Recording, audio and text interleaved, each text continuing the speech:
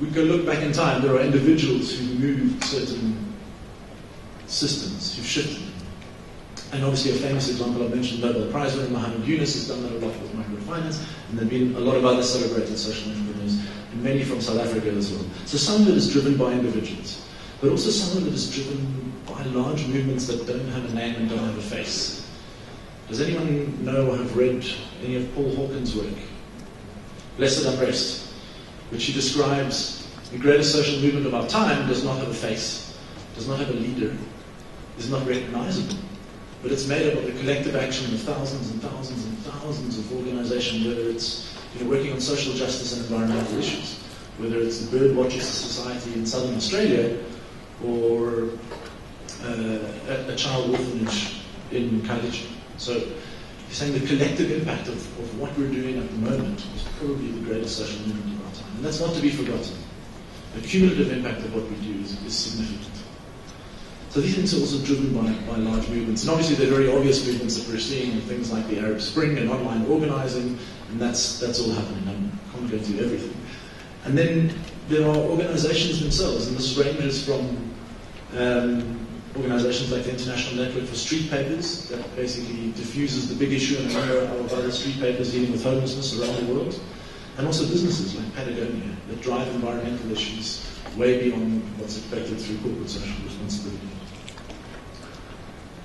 So I'm going to come back to the innovations in form, function, and finance. Essentially, what we're seeing is a convergence and a set of experimentations in organizational forms around the world.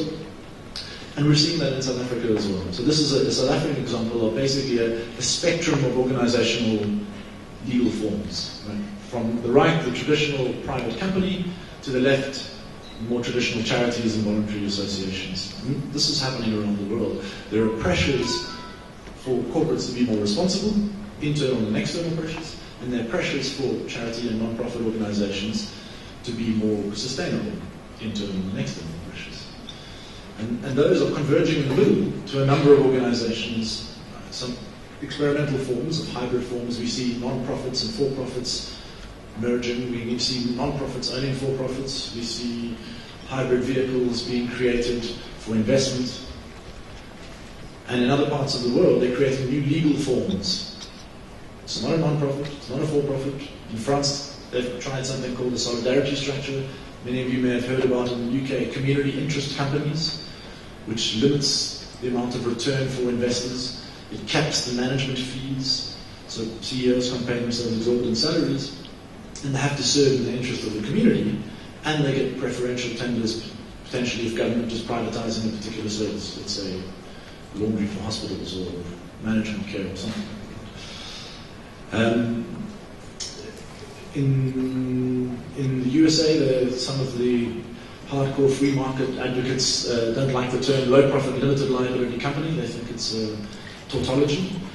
And then there are also things like the Benefit Corporation. I don't know if any of you have heard of that. That's not a legal form, but it's a stamp. It's like a proudly South African stamp.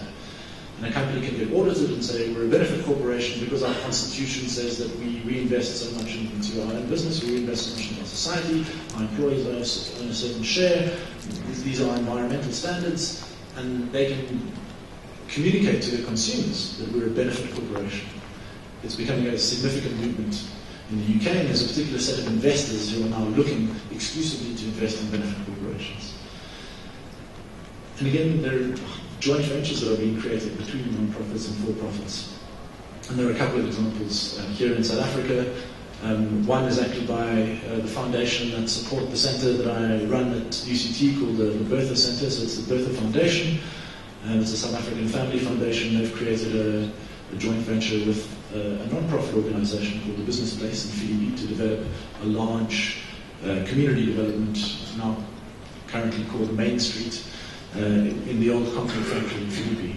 It's going to be a very interesting site and development, and together with that, the government have come in, as well as private sector developers. So a very interesting new legal form of a joint venture. So it's one of my favorite examples of an organization we've studied in Kenya came out of 20 years of working as a non-profit organization, working with livestock and trying to keep livestock healthy for Kenyan farmers, smallholders, who got about 70% of their income from their livestock. Part of the problem was donor funding for vaccines went in cycles. And if you know anything about vaccines, it requires a certain herd immunity. That means you've got to vaccinate about 70 or 80% of the herd for everyone to be protected.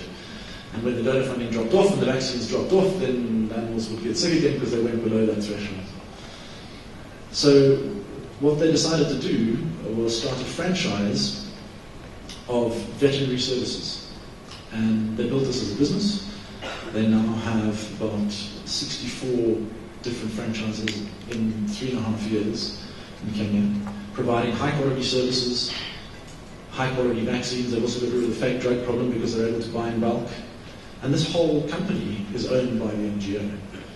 And what they've had is years of steady vaccine coverage, at least for the last 3.5. So they're hoping they're able to sustain that, and farmers are prepared to pay a small amount, and they're able to purchase in bulk, so they're able to provide a quality and affordable service for people.